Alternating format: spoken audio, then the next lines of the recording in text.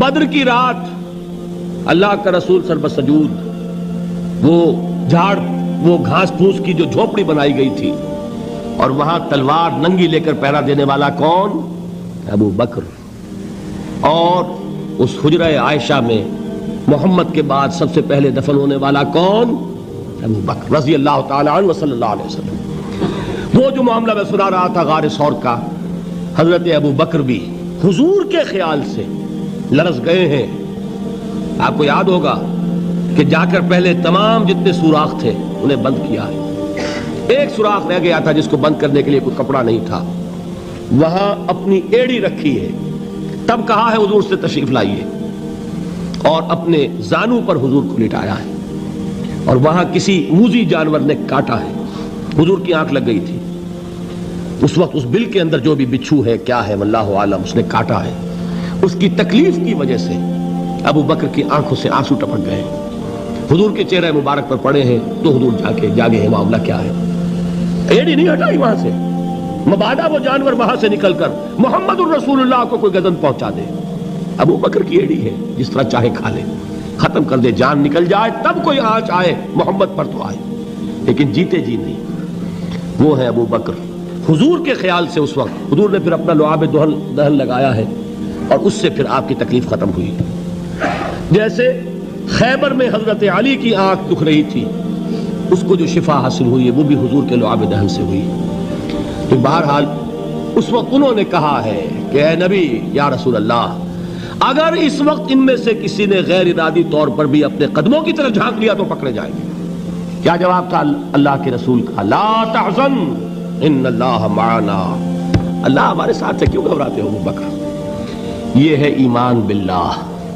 میرا مالک اللہ، میرا رازق اللہ، میرا محافظ اللہ، میرا مددگار اللہ، میرا پشت پناہ اللہ، میرا دوست اللہ.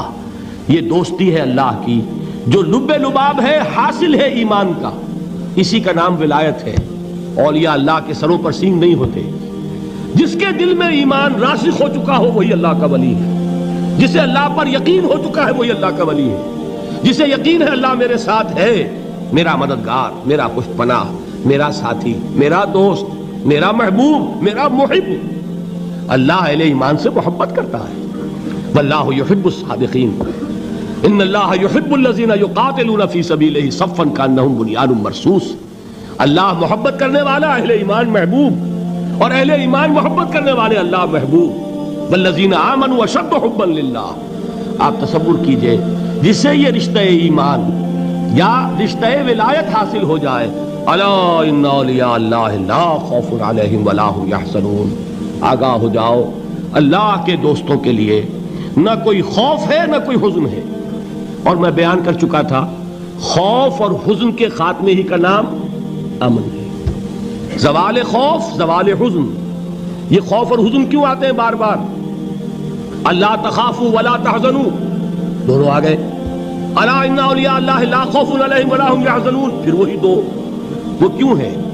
خوف ہوتا ہے کسی مستقبل کی بات کا، یہ نہ ہو جائے، وہ نہ ہو جائے، یہ نقصان نہ پہنچ جائے، یہ تکلیف نہ ہو، یہ گزن نہ آ جائے. خوف ہے مستقبل سے. حزن ہے یہ کیوں ہوا، یہ نہیں ہونا چاہیے تھا، یہ میرا فلاں چیز میرے ہاتھ سے جاتی رہی ہے، فلاں موقع نکل گیا، اب بیٹھے ہوئے ہیں اندر ہی اندر کڑ رہے ہیں، صدمہ ہے اور رنج ہے.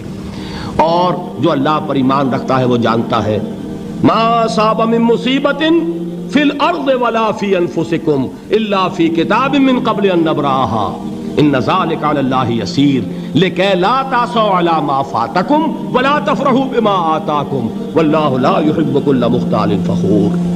اس زمین میں یا تمہاری جانوں میں کوئی تکلیف، کوئی مصیبت نہیں آ سکتی سوائے اس کے کہ جو اللہ نے لکھ دی ہو اس سے پہلے کہ وہ ظاہر ہو. جس کو یہ حقیقت معلوم ہو گئی اس کو یہ طرز عمل اختیار کرنا چاہیے. جو چیز چھن جائے، جاتی رہے، چھوٹ جائے، اس پر افسوس نہ کرو. کس نے چھینی؟ دوست نے. دوست کے فیصلے پر شکایت. دوستی کو بٹا لگا رہے ہو. سرے تسلیم خم ہے جو مزاج یار میں آئے. اگر دوستی ہے تو پھر تو تمہیں گردن جھکانی چاہیے کہ ہر چے ساقی ماریخت عین الطافست، جو بھی میرا ساقی میرے پیالے میں ڈال دے اس کا کرم ہے. جو اس کی طرف سے آئے اس پر کوئی رنج نہیں، کوئی صدمہ نہیں، کوئی غم نہیں، کوئی شکایت نہیں، کوئی شکوہ نہیں. اور جو ہوگا وہ اس کے اذن کے بغیر نہیں ہوگا، اور اس کا اذن ہوگا تو یقیناً میرے لیے خیر ہی خیر ہے، چاہے وہ ناگوار شے ہو، بظاہر مجھے اچھی نہ لگ رہی ہو، میری شارٹ سائٹڈنس میں مجھے وہ نظر آ رہی ہے کہ میرے لیے بری ہے، لیکن قرآن نے کہا ہے عسیٰ ان تکرہوا شیئا وہو خیر لکم وعسیٰ ان تحبوا شیئا وہو شر لکم واللہ یعلم وانتم لا تعلمون۔ ہو سکتا ہے تم کسی چیز کو ناپسند کرو درحال کہ اسی میں تمہارا خیر ہو، اور ہو سکتا ہے تم کسی چیز کو پسند کرو درحال کہ اس میں تمہارا شر ہو۔ اللہ جانتا ہے، تم نہیں جانتے۔ جب مجھے یہ بات معلوم ہو گئی، میں نے اپنا معاملہ اللہ کے حوالے کیا۔ سپردم بے تو مایا خیش را تو دانی حساب کم و بیش را، اے رب جو تو چاہتا ہے وہ ہو، تیرے علم میں جو شے میرے لیے خیر ہے وہ ہو جائے، میری کوئی پسند نہیں، میری کوئی چاہت نہیں، یہ ہے راضی برضائے رب۔ اکبر الہ آبادی نے اسے کہا ہے رضائے حق پہ راضی رہ، یہ حرف آرزو کیسا، خدا خالق، خدا مالک، خدا کا حکم تو کیسا؟ جب میں آ گیا بیچ میں، میری پسند، میری مرضی، میری خواہش، میری چاہت، یہی تو شرک ہے۔ ما شاء اللہ کان وما لم یشاء لم یکن، جو اللہ نے چاہا وہ ہوا، جو اس نے نہیں چاہا نہیں ہوا، اختیار اس کا ہے، میرا تو نہیں۔ رضائے حق پہ راضی رہے، یہ حرف آرزو کیسا، خدا خالق، خدا مالک، خدا کا حکم تو کیسا؟ اقبال نے اسے کہا ہے فارسی میں، اب آپ کہیں اس کا ترجمہ بھی کرو تو وہ مجھے ذرا اس وقت کچھ بہت ہی بدذوقی کسی بات نظر آئے گی۔ جائیے پوچھئے کسی سے جسے فارسی آتی ہو۔ برو کشید ز پیچا کے ہست بود مرا، چوک دہا کے مقام رضا کشود مرا۔ مجھے تو تمام پیچ و خم سے نکال دیا اس مقام رضا نے، میں راضی برضائے رب ہوں، جو فیصلہ اس کا میں اس پر راضی ہوں۔ تو کہاں کا حزن اور کس کا خوف؟ یہی زوال حزن اور زوال خوف، یہی ہے امن، یہ نتیجہ ہے ایمان کا۔ تو جان لیجئے یہ ہے لب لباب، یہ ہے حاصل ایمان کا، یہ ہے تو ایمان ہے، یہ نہیں ہے تو ایمان نہیں۔ ماشاءاللہ سے بہت ہی خوبصورت بیان تھا ڈاکٹر اسرار احمد کا، بہت ہی دل کو سکون ملا، امید ہے کہ آپ کو بھی ملا ہوگا۔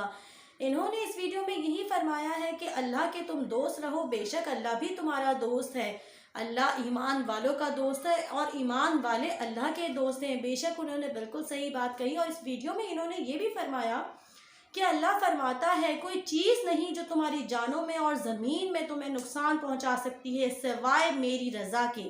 جب تک کہ میری رضا ہے تو تمہیں آزمائش ضرور ملے گی، اور ہمیں صبر کرنا ہوگا اس پر، کیونکہ اللہ ہمارا دوست ہے، اللہ ہم سے محبت کرنے والا ہے۔ مگر یہ ہے کہ ہم بھٹک جاتے ہیں، ہم سمجھتے ہیں اللہ، نعوذ باللہ، ہم سمجھتے ہیں کہ اللہ ہمارا دشمن ہے، اللہ نے کیوں ہمیں آزمائش میں لیا، کیوں ہم پریشان ہیں۔ ہم یہ کبھی نہیں سوچتے کہ ہم اس لیے پریشان ہیں کہ اللہ نے ہمیں چنا ہے۔ ہم مایوس ہو جاتے ہیں اور مایوسی گناہ۔ اس ویڈیو میں انہوں نے یہ بھی فرمایا کہ اللہ فرماتا ہے کون سی وہ چیز ہے جو تمہیں تمہاری جانوں پر اور زمین میں تمہیں نقصان پہنچائے، یعنی اللہ تم سے محبت کرتا ہے۔ آپ کو ویڈیو پسند آئی ہوگی، اگر آپ کو ویڈیو پسند آئی ہے تو پلیز چینل کو سبسکرائب کریں، ویڈیو کو لائک کریں۔ اگر آپ کو ہماری ویڈیو اچھی لگی ہے تو کمنٹ باکس میں آپ اپنی رائے کا اظہار کر سکتے ہیں۔ ملتے ہیں ایک اور اچھی سی ویڈیو کے ساتھ، تب تک کے لیے اللہ نگہبان۔